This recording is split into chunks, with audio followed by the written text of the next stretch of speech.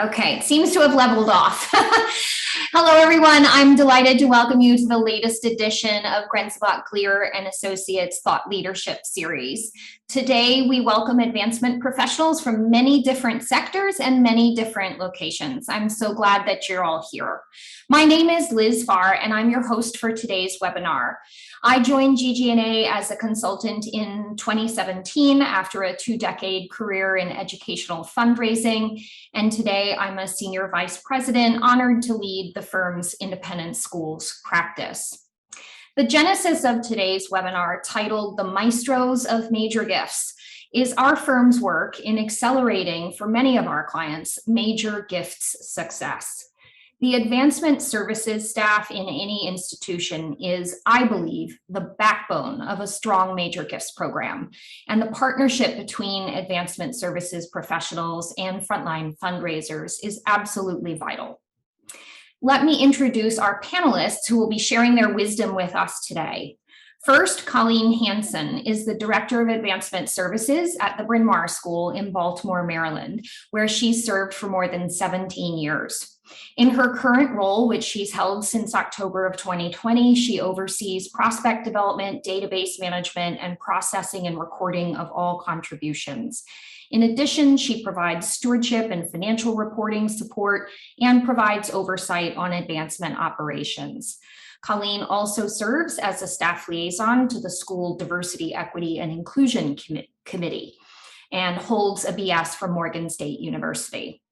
Alexa Leach is the Advancement Services Manager at the Kincaid School in Houston, Texas. A member of the advancement team for the past 6 years, Alexa has been leading advancement services since May of 2020. Kincaid is currently in the leadership gifts phase of a major campaign, and Alexa works closely with frontline fundraisers, the head of school, and campaign volunteers to prepare for and orchestrate cultivation and solicitation activities. Alexa is a Kincaid alumna and earned her BBA in marketing from the McCombs School of Business at UT, the University of Texas. Finally, Christy Moog is Director of Advancement Services at the St. Paul's Schools in Brooklynville, Maryland, where she has served since 2018. Christy devises and oversees moves management and prospect research to prepare the president, heads of school, and advancement colleagues for solicitation and stewardship visits while overseeing database and reporting operations, including the merging of 2 separate databases. That is not the focus of today, but it was a significant project Christy had to oversee. And Christy holds a BS from the University of Arizona. Thank you, ladies, for being here. I'm so excited for our conversation. Before I get started with asking our panelists some questions, a quick announcement. I have prepared several questions that I hope our listeners will find interesting, but if time permits, our panelists are also open to answering some of your impromptu questions. Should you like to ask a question, please use the Q&A button on your Zoom menu, and please accept our apologies in advance if we don't get to any questions or to all of them, because we have a robust discussion planned. Okay, so with that being said, I'm going to get started with my planned questions. So first, a question to Colleen. Some people think advancement services and database management are basically the same thing. Explain for our listeners, how are they different? How does advancement services sort of elevate database management? It's a great question. So let's start with thinking about database management.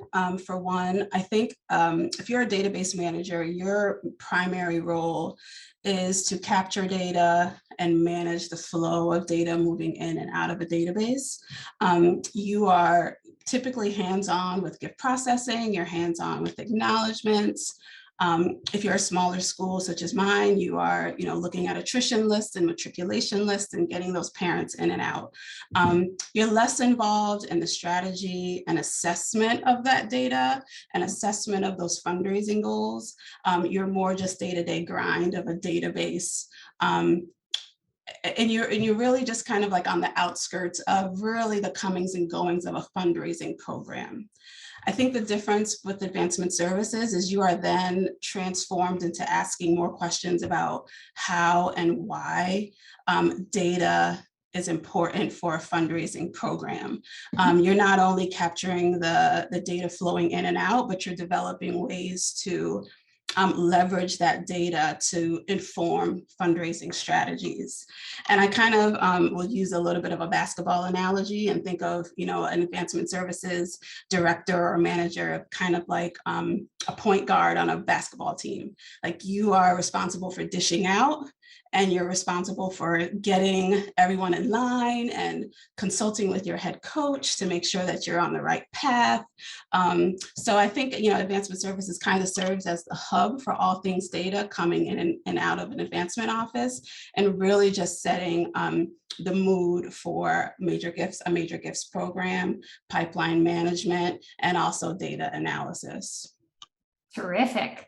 Alexa, what would you share in addition to what Colleen has said?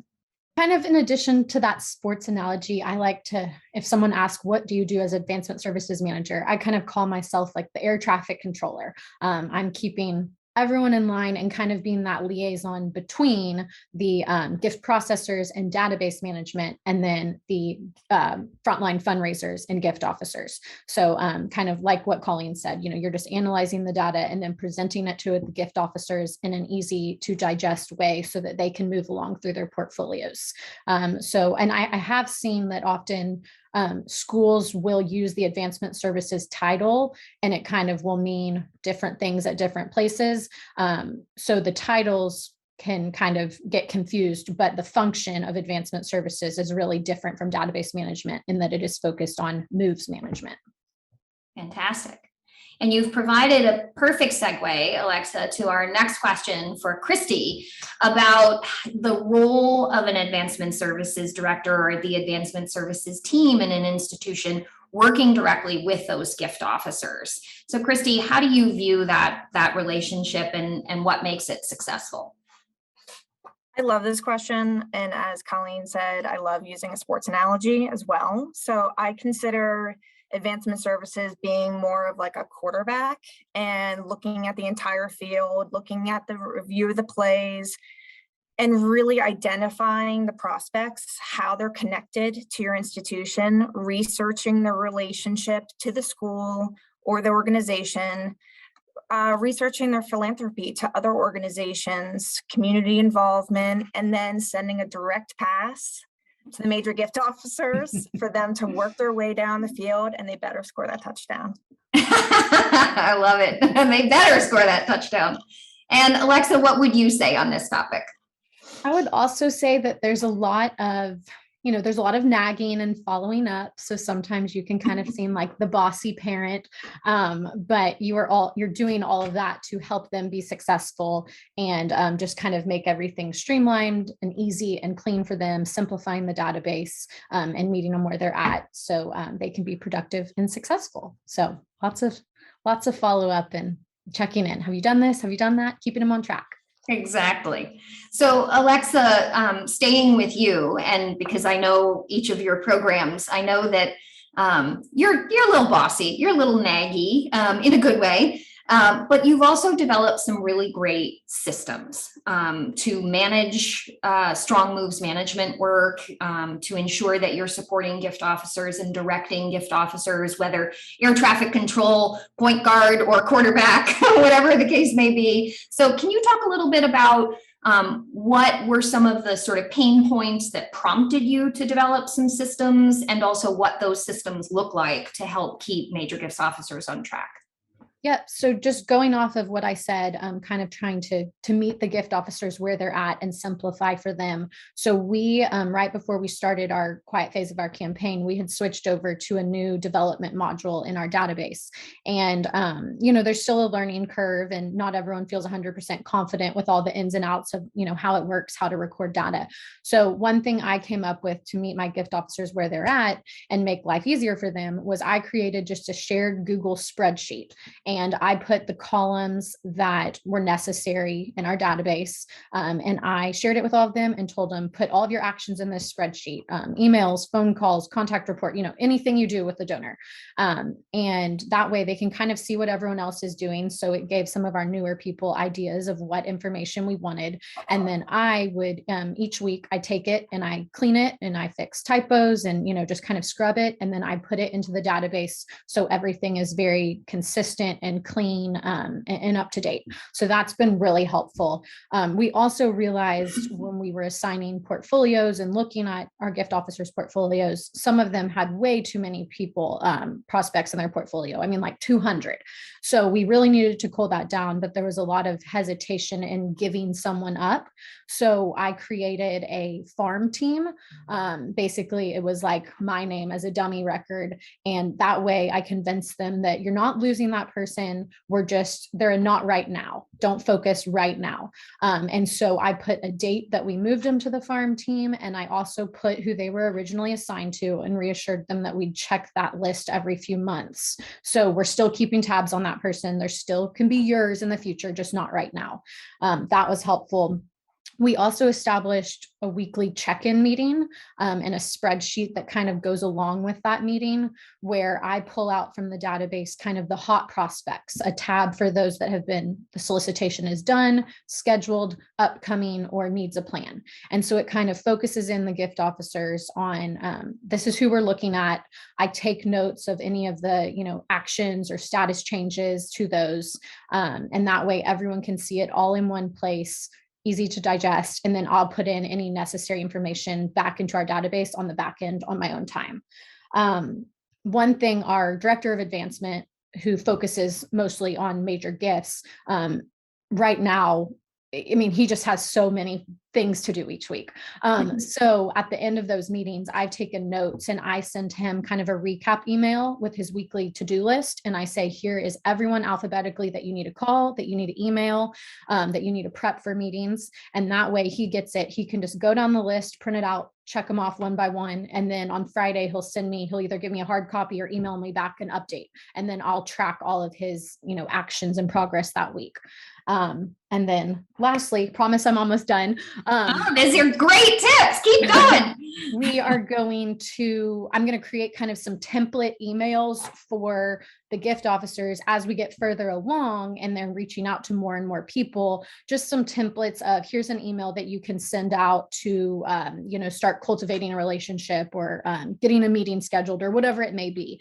And then they can obviously modify, customize it as needed, but that way we think it will just help them get through, reaching out to people quicker. And then lastly, prospect research bios are so important. I know that's not really a trick. That's more just, a role or a part of our job. But in the summer, really utilizing that little bit of downtime to kind of tell your gift officers throughout the year, think ahead, and who do you think you're going to be meeting with in the fall, and give me this long list. And in the summer, I'll churn out the bios. So that way, when they really get going in the busy times, we've got a big stockpile of bios to use when they're doing strategy. So those are just a few ideas. Fantastic. I had some great advancement services partners when I was a gift officer, but now I'm just like, oh my gosh, I want to go back to fundraising and work with you three and get all this support, all this direction, gentle nagging, etc.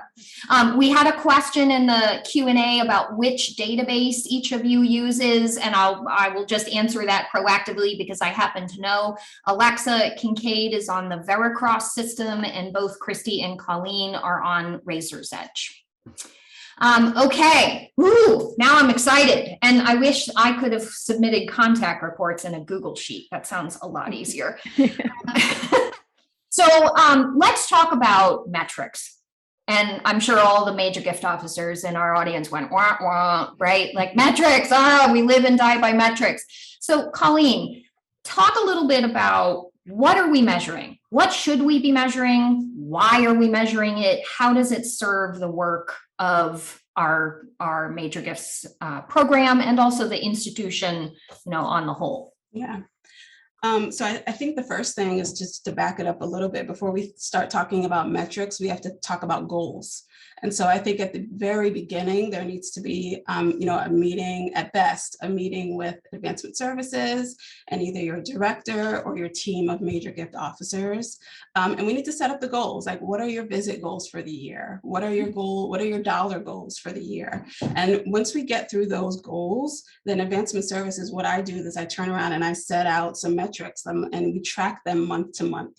How many visits have you gone on? And not just visits, how many visits have been declined? How many visits have been accepted? I think it's really important to not just see how many visits you've gone on, but how many have been declined, because then we know what to do with that prospect at the end of the day. Another great metric that we have is how long has each prospect been in that pipeline stage.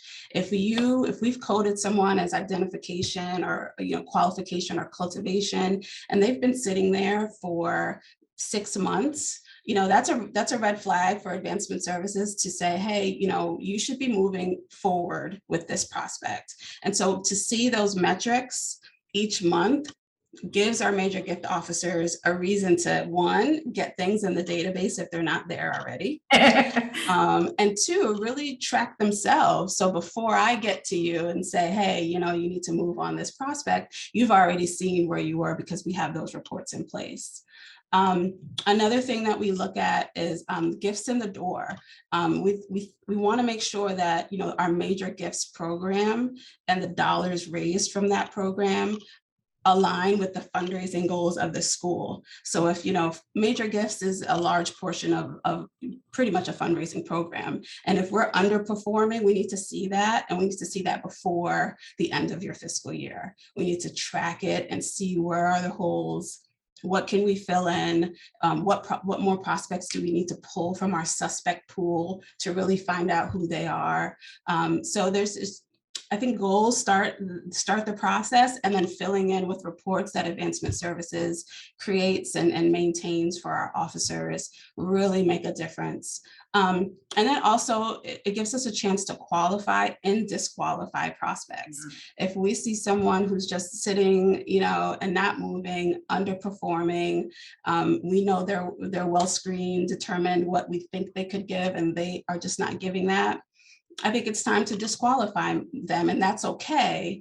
But at least with metrics, we have data to prove and to provide reasoning for why we're disqualifying them. You make a great point about starting with institutional goals, department goals, program goals, and then distilling that into metrics. Colleen, thank you. Christy, what would you add? I just wanted to harp on the actions, especially qualification, and really trying to figure out everyone's inclination. Their understanding. Just because they look great and well screening and they've given to other organizations, we have to qualify them and make sure that their inclination is high to give to our organization. And, not a lot, but many gift officers are not willing to take people in and out of their portfolio. And it's our job to keep an eye on them and take them out of the farm, put them into each of their portfolios, and just help them manage that.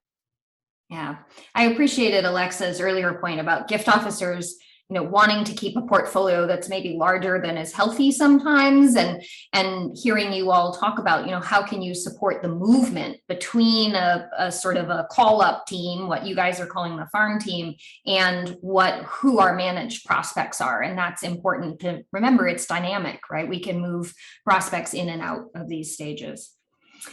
So Colleen, back to you. What don't your gift officer partners or other advancement colleagues understand, and what would you want them to understand about your role and your work?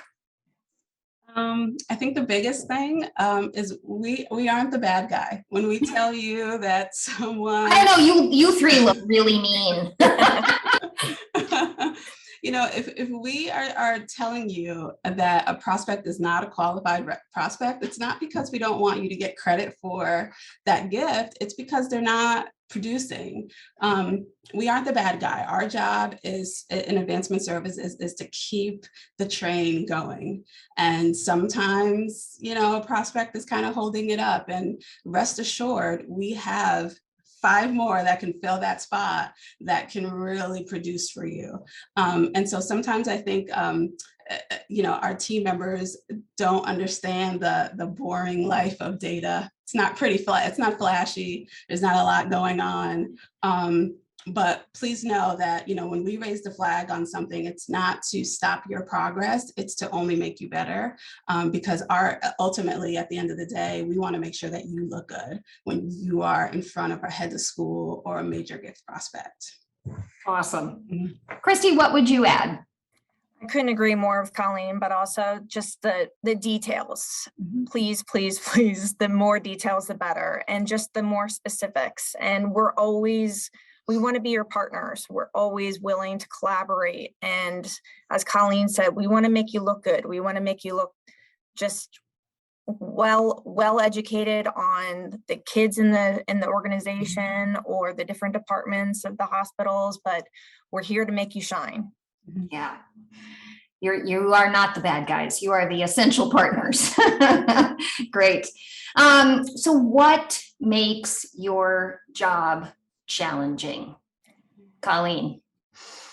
I mean, as much as as good as the data is, it can only be good and better if we are at the table, right? So not being at the table when data decisions come up, when questions about data arise, if we're not there, it's really hard to put the pieces together, kind of like Christy said, to get the details secondhand.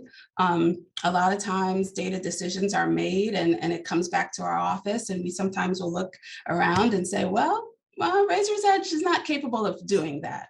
And it's a lot easier when we're at the table to bounce ideas off of each other and to really ask those detailed questions about, are you including pledges? Are you only including cash? Do you want planned gifts in some of these reports? So just being at the table or not being at the table can sometimes make our job a little difficult.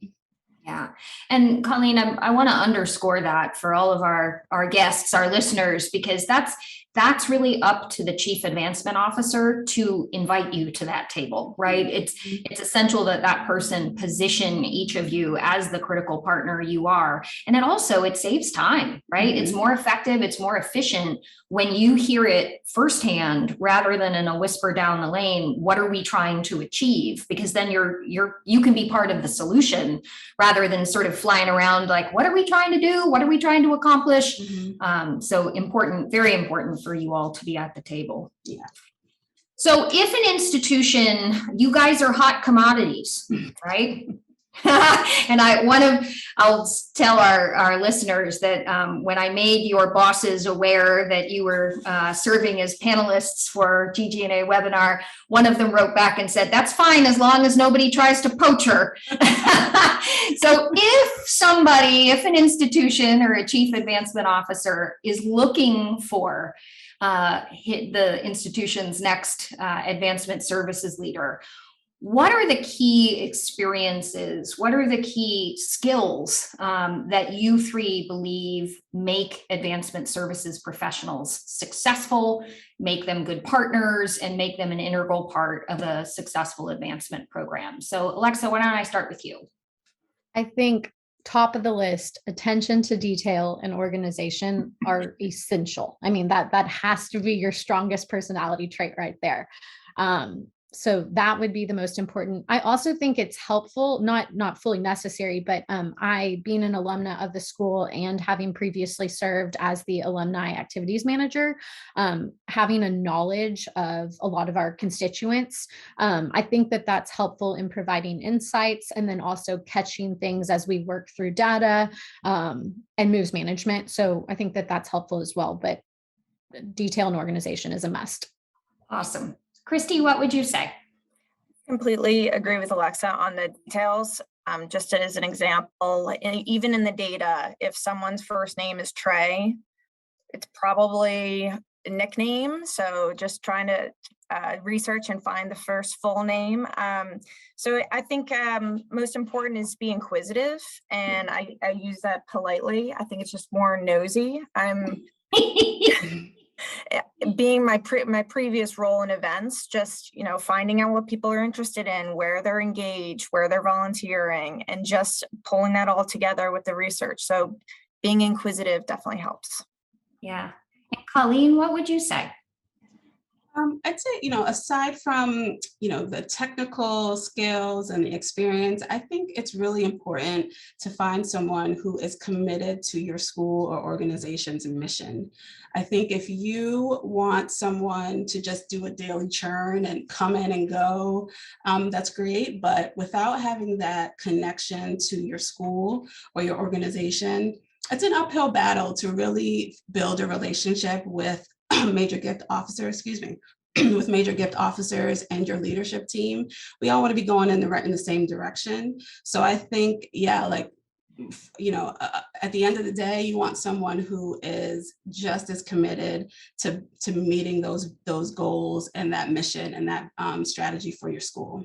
Yeah, I think that's a great point. And I'll note that each of you came to your current roles through a different path. Alexa came from alumni management and events and programs, Christy from fundraising events, and Colleen from database management. So there's no one path, right? There's no particular way it has to happen.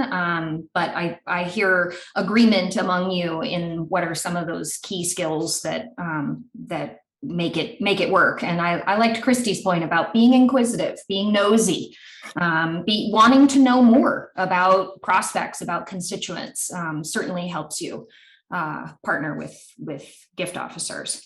So my final question is, how do the chief advancement officers that you work with, or even the organizational leaders that you work with, how do they support you and the advancement services department, or how could they support you and the advancement services department even more strongly? So Alexa, let's start with you.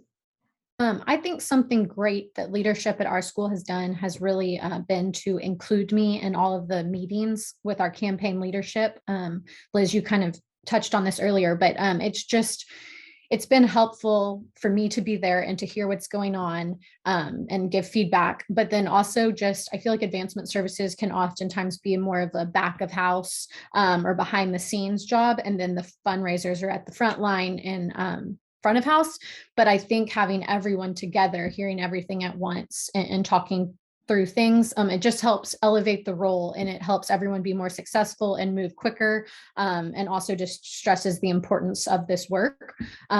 I also think, which we had mentioned earlier, our head of school and our director of advancement are great at as well as our gift officers, at just forwarding me emails as soon as solicitation meetings happen, giving me updates, kind of cutting out that middleman or that phone chain of telling a gift officer who can then tell me. It's just coming straight to me in an email, so they don't even have to think about it. And then that way I can plug it in. So both of those things have been very helpful. Great. And Christy, what would you say? Absolutely. I think every detail, even the smallest, they matter. If it's just tidbits from your constituents, from an event, or from the sideline of a athletic game, just any information helps. Great. And Colleen, what would you say?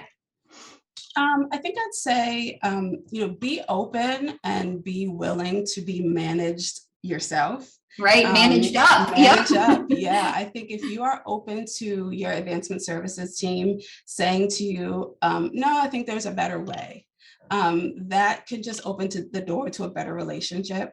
I think sometimes leadership might misunderstand data and misunderstand how important it is to us. And because we might know some things about the data that you may not know, doesn't mean we're trying to upstage you. We're just trying to help you be better. So just being open and willing to be managed up by your advancement services team. And then I have a second one. With the boom of advancement services, there are so many more professional development opportunities that are specific to advancement services. So really just being available for having those professional development opportunities available for your advancement services team is really, really important. Yeah, very important. I would also say serving as counsel to each of your institutions, I would say that one thing that I see your chief advancement officers doing is they bring you to the meetings directly with the most important volunteers, the biggest donors, they bring you to meetings with the consultant, right? And that, for example, at Kincaid, each week, my weekly call with the chief advancement officer, Alexa sits in on. The gift officers don't, but Alexa does. That's our strategy meeting. That's our planning meeting. And I think it's testament to the confidence that Alexa's chief advancement officer puts in her and her ability to manage up and manage gift officers more generally. So I love to see that. Wonderful. Well, thank you. We are a minute past time, but if we do have some questions in the Q&A, so we will keep going for another 2-3 minutes and try to answer some of these questions. And we will understand if people drop off. But I'd love to spend a moment answering some questions of some of our attendees. So let's see, I'm going to cherry pick here. So a question, what do you do with seasoned donors? Do they stay assigned to a major gift officer or go somewhere else because they are no longer a prospect? Our major gift officers, I won't identify the institution or the person, our major gift officers don't want to remove them from their portfolios. So what do you all recommend for seasoned, experienced donors, long relationship with the institution? I'm happy to answer that. Great. They're in the farm. They're in the stewardship farm. We will take great care of them with our stewardship manager and heads of school and just make sure that they get all the attention and invitations they deserve, but they are not in a portfolio manager's pipeline. Active. They're not active. They're in that Exactly. sort of call up group. Yep. Great. Exactly. So you're not losing them, but you're not taking up space in a portfolio. Right. Yep. Right. Great. And so Christy, let me take it one step further. How would you, if I'm your major gift officer and I'm like, no, I have to hold on to this person. How would you explain to me why we need to move that prospect or that existing very generous donor out of my portfolio, particularly if I'm the one who secured the great gifts? We're very fortunate to have a stewardship manager, but just to keep them assigned, if there is a specific solicitation, they would be assigned as a solicitor for the event or the appeal, but the relationship manager, they would just be part of stewardship. So they're not forgotten, they're just not active. Awesome. Okay, so let's see. We got a lot of questions in here. Do you consider artificial intelligence helpful in this field? Are there any emerging trends we should know about in this area? Anybody, are any of you using artificial intelligence? I can speak to that. There's one platform, we didn't end up using it, but I know kind of how I mentioned about creating email templates that gift officers could use to reach out to various prospects. We had looked at a platform where they could kind of use AI to create those templates, and then, all sorts of little bells and whistles to go along with that. At the stage we're at right now, we were going to kind of have me be the AI and create the template. But I definitely think that, there are more programs like that. And then this isn't really exactly AI, but using technology, we do have a partnership with ThankView, which is a good way for the stewarding portion of it, sending kind of the little video messages via email or text, or even you can use that as a gift officer, especially like during COVID times, reaching out to someone to schedule a virtual Zoom or a coffee with kind of a face to a name if you have a new gift officer. So I definitely think there's a bunch of platforms using technology to kind of enhance the gift officer job. Maybe AI stands for Alexa intelligence. I'm going to be the AI email to I'll piggyback on the ThankView. I just want to make a point to say, ThankView is a great tool for something as simple as a birthday message out to your alums. Just really keeps them engaged, and it's no additional work on your staff. You're setting it up, ThankView's doing all the work for you. But something as simple as that, you would be surprised to know that, how touching that is on the receiving end of something like that from your organization. Yeah, I bet. Okay, should we answer one more question? We still got 140 people on the webinar. Let's see. So, and here's an easy one. Which moves management stages are you using? What are your core stages? I can answer that one. So okay. I can't remember the exact number, but we have identification and qualification, early cultivation, so advanced cultivation, solicitation, proposal, stewardship. And then we also have a new one, closing. So after stewardship comes closing. And then we have a new one, which we've called our Fund for Bryn Mawr Upgrade, which is our annual giving prospects. We're not quite ready for the major gifts pipeline, but are ripe for a leadership gift to our annual giving program. And so we've coded them as an upgrade, and they live in our portfolios as well. Ooh, I love that. However many that was. It's like a pre-pipeline. Yeah. Almost. Yeah. Okay. Wonderful. Well, I want to thank all of you for joining me today. And I am sure that our attendees learned a lot from you, as I did, as I always do. And I want to thank everybody who joined us today for attending. Again, these were your speakers, Colleen, Alexa, Chrissy, hosted by yours truly. And I hope everybody enjoyed the conversation and picked up some new thoughts, new ideas about this important partnership between the Maestros. Maestros, thank you. Maestros of Major Gifts. Thank you. I hope everyone has a good rest of the week.